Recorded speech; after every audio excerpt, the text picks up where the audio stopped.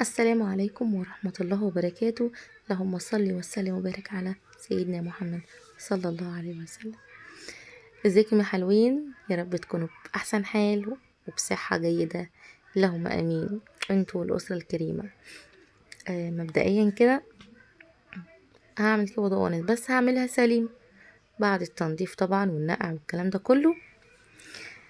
انا هشوحها، عبارة عن التشويح فلفل وكمون وملح ومكعب ماجي. تمام، بس أنا مش هحط الملح دلوقتي، حطيت بس الفلفل والكمون والمكعب الماجي، وهسيب القوانص الاول تاخد تشويحة وتنزل كل الدهون اللي فيها الاول كده، عشان احط الكبدة بعدين. حطيت لها على قد من الهون صغيرة، وهسيبها كده تشوح. يعني هنعمل اكلة النهاردة كبد وقوانص بس بطريقة مختلفة شوية غير الطريقة اللي انتوا عارفينها. تمام، انا يعني اول مرة اعملها، هي فكرة حلوة وجميلة وطلع طعمها تحفة تحفة تحفة بجد. جربوها وعلى ضمانتي وهتدعولي. قبل ما نخش على الفيديو، اعملوا لايك كتير واشتراك في القناة عشان تكبر بيكو، واعملوا كومنت حلو من قلوبكم. يا عسل، قلوبكم البيضة يا ناس يا عسل. تمام، وشيروا الفيديو على قد ما تقدروا.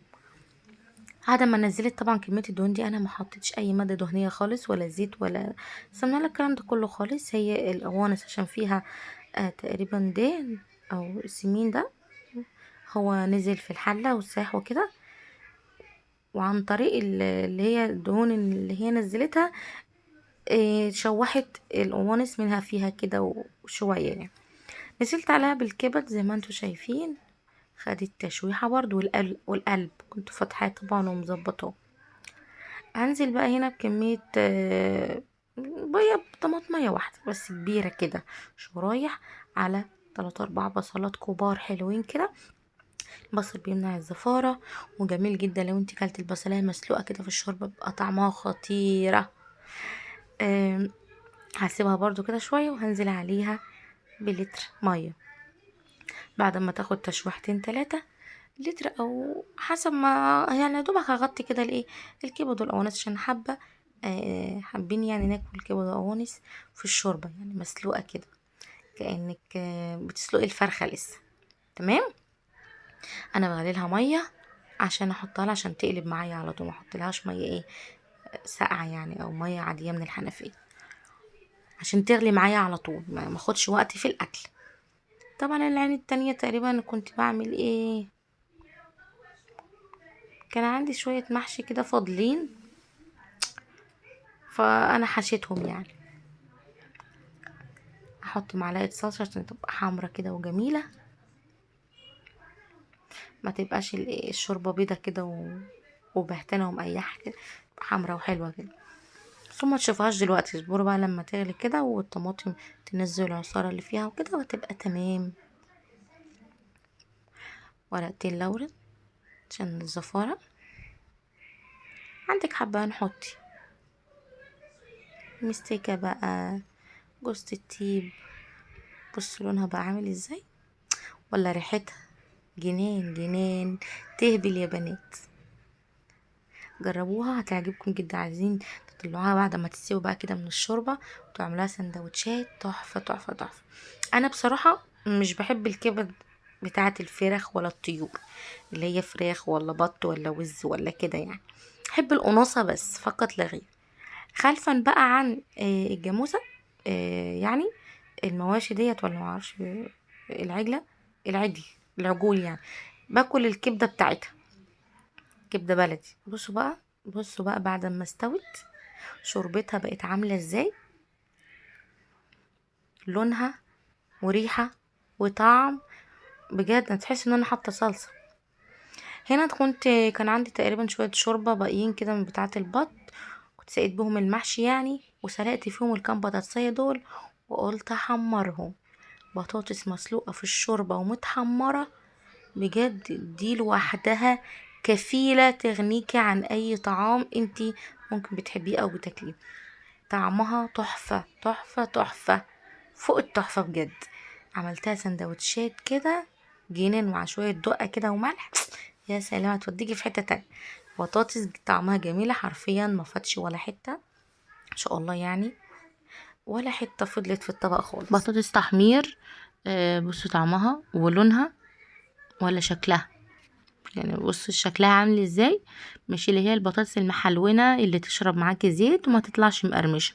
دي بطاطس تحمير، كنت تقريبا جايباها كيلو ونص ب10، يعني ب7 جنيه ونص، ب6 ونص، حاجة زي كده. بس بجد بطاطس طلعت حلوه. دي بقى حله المحشي، اصغر حله عندي.